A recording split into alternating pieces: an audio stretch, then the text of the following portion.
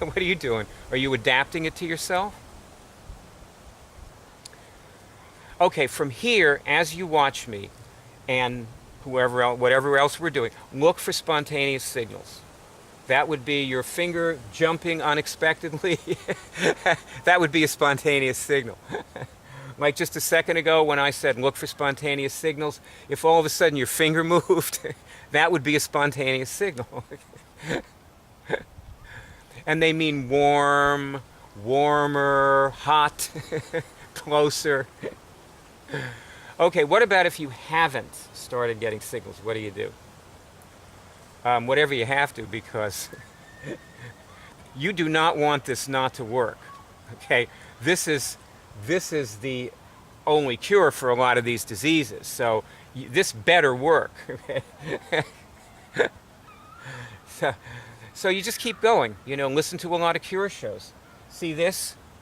The guy who donated this CD cured terminal cancer. It was wrapped around his heart. He's got 8 cure shows in there. God must have wanted you to have a CD because, fortunately, a CD manufacturer cured terminal cancer.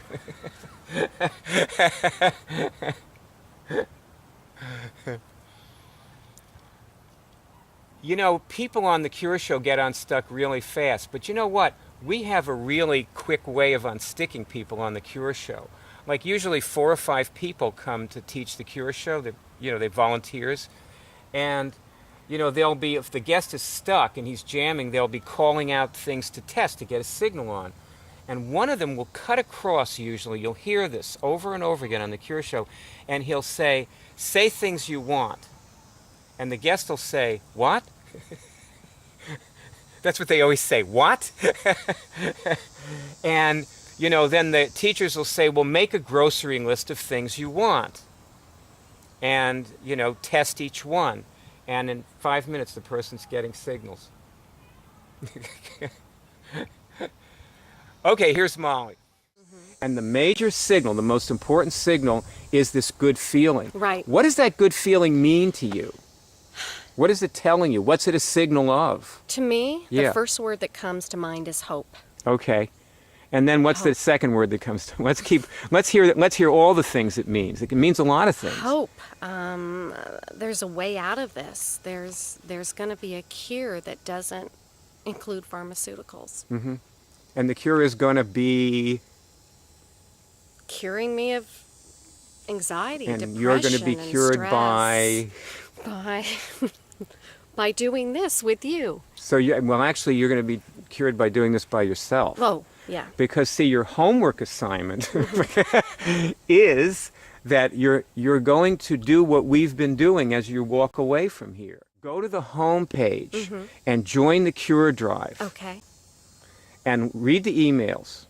Now, test, have I cured anything since I started? Have I cured anything since I started? And see if you get a signal. See, I'm noticing you can keep your hands any way you want and look for a signal in them. You don't have to put them in any special position. It's just the way they are.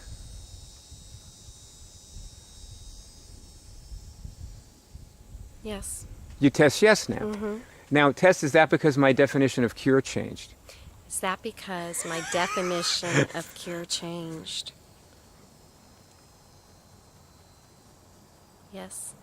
You know what? People lay a major trip on themselves about curing things. Yeah. And, it really, in a way, probably for a lot of us, it doesn't actually interfere with curing anything. I say that because when I started, I had the most stringent definition of curing you could ever imagine. And frankly, I didn't think I'd cured my herpes when I stopped getting outbreaks. Wow. Because I was thinking, oh, well, it's just delayed, it will come, Right. And what happened was, it came. It must have been around 9 months after I cured it, it was like probably 5 months overdue, and I was starting to think that I had cured it. And then one day it started to come. And I started feeling that feeling you get, but when you start to get a herpes outbreak, people who don't have herpes don't understand what we're talking about. They don't understand what it's like, Yeah, but they don't know. But we know. Yeah. And so I started getting that feeling. I'll never forget it. I was in the shower, and I was paralyzed with dread, because I had gotten used to having cured it, even though I wouldn't give it to I wouldn't say I've cured this really, but I was, at the same time, I was believing, and I was starting to think maybe it was gone, and then here it was again, this opponent, the bully that takes my lunch money after school every day is here, and I can't do anything about this. I'm helpless, you know? Yes. And I couldn't do this. In that moment, I couldn't cure it. And I was, but fortunately, it didn't come. See, the actual herpes didn't come for about a day, till after the feeling started. You know, I had a very, kind of long time. My outbreaks were like every 3 months or something. That was me too. Yeah, and so I had some time, maybe hours it would take for the thing to come. And in a few minutes, I passed over my dread. Yeah. And I took the herpes out. Wow. Yep, I took out the herpes. And the feeling went away. And it kept coming back for about a week, and every time it came back, I whacked it. Yeah. Yeah. And I never got the outbreak. Yeah. I never had the outbreak, and then it stopped coming back.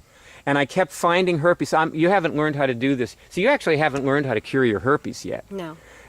But anyway, I just kept taking it out, and at some point, it didn't come back.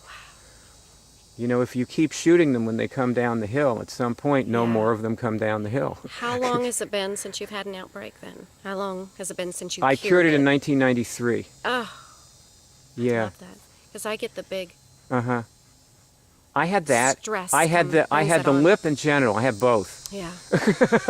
Great. Next time we do this, I'm going to guarantee you that you are going to discover things you never knew you had wrong with you. Okay. That'll be I don't know it. how good that sounds. Really.